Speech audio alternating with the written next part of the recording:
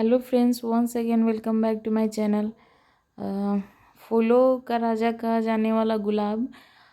अगर आपने लगाया हुआ है तो अक्टूबर मंथ में अच्छी फ्लावरिंग लेने के लिए कुछ ऐसे टिप्स हैं और कुछ ऐसे स्टेप हैं जो आपको फॉलो करने हैं। तो इसके लिए सबसे पहले अगर आपके पास जितने भी हाइब्रिड रोज़ेज़ हैं, हाइब्रिड हो या देसी रोज़ेज़ जितने भी हैं आपके पास, उन सब को एक जगह इकट्ठा कर लें और इस तरीके से अगर उनमें फूल अगर बने हुए हैं, ब्लूमिंग अच्छे से हो रखी है, तो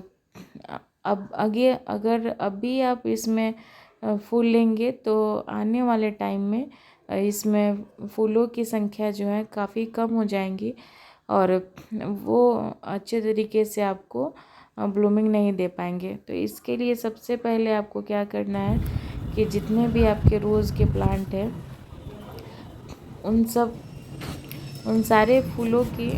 कटाई कर लीजिए और जितने भी फूल और बर्ड्स वगैरह लगे हुए हैं उन सबको आप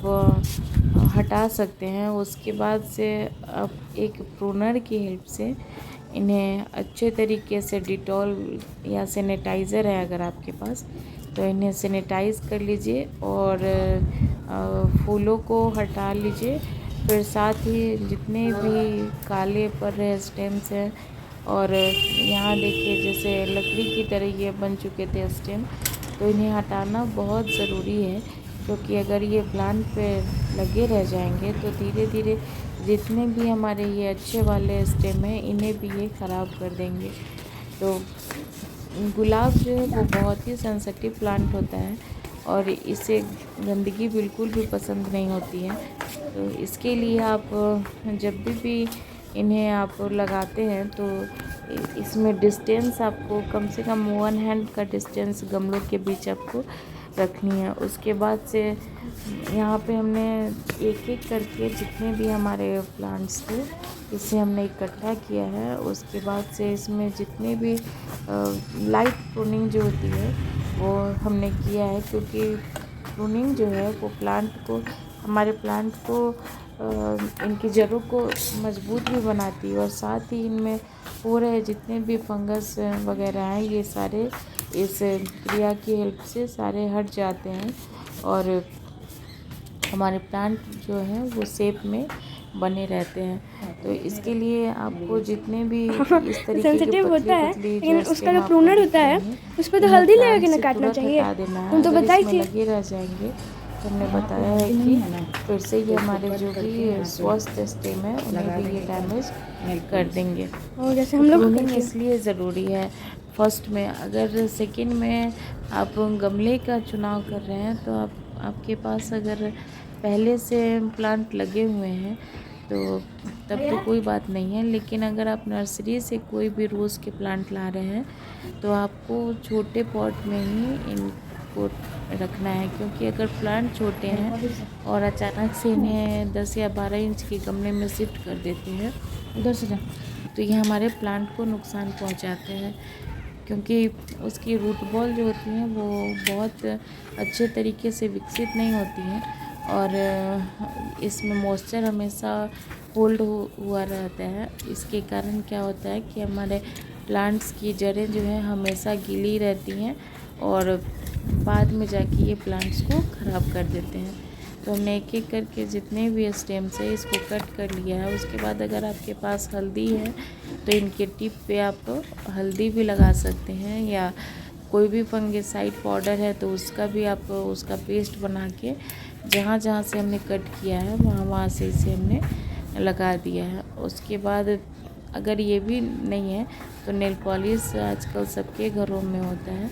तो नेल पॉलिश का भी आप इसमें इस्तेमाल कर सकते हैं ताकि ये फंगस को और बढ़ाए नहीं, वहीं पे जहाँ है वहीं रुक जाए। उसके बाद ये सारा प्रक्रिया करने के बाद आप अगर आपके पास कंपोस्ट है जैसे वर्मी कंपोस्ट हो गए, काउडंग कंपोस्ट हो गए, अगर ये सारे कंपोस्ट आपके पास है तो आपको ख़रीदने की ज़रूरत नहीं है, वरना आप आप काउडंग कंपोस्ट अगर आपको अच्छे तरीके से डिकम्पोज मिल जाता है तो उसका भी आप इस्तेमाल कर सकते हैं। तो इसके लिए 3 ऐसे फर्टिलाइज़र हैं जो आपको इस रोज़ प्लांट में यूज़ करने हैं। तो सबसे पहला हो गया वर्मी कंपोस्ट, और दूसरे में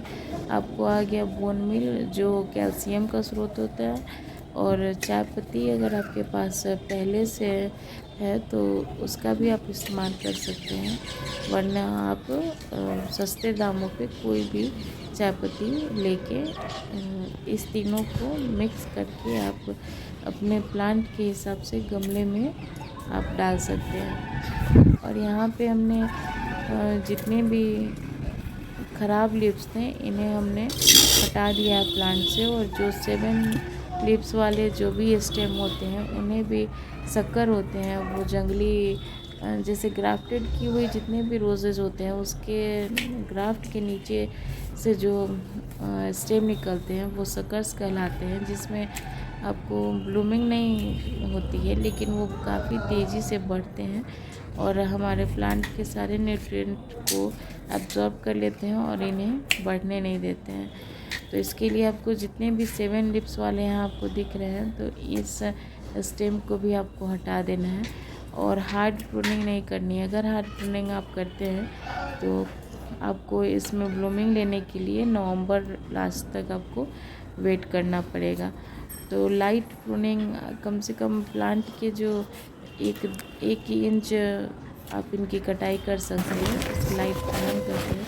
हार्ड प्रूनिंग अभी करना ठीक नहीं है, और प्लांट अगर छोटे हो तो उसमें तो हार्ड प्रूनिंग बिल्कुल भी आप नहीं कीजिए। तो ऐसे में क्या होता है कि प्लांट हमारे ब्लूमिंग लेने में काफ़ी वक्त ले लेते हैं, और जब इनका मेन सीज़न आता है ब्लूमिंग का तब ये अच्छे से परफॉर्म नहीं कर पाते हैं। और जो हाइब्रिड रोजेज़ होते हैं उनके ब्लूमिंग का सबसे बढ़िया जो सीज़न होता है वो है अक्टूबर से लेके और फरवरी मार्च तक ये काफ़ी हेवी क्वांटिटी में फ्लावरिंग करते हैं। तो यहाँ पे हमारे पास कुछ वर्मी कंपोस्ट थे, उसे हमने एक मुट्ठी के हिसाब से सारे प्लांट में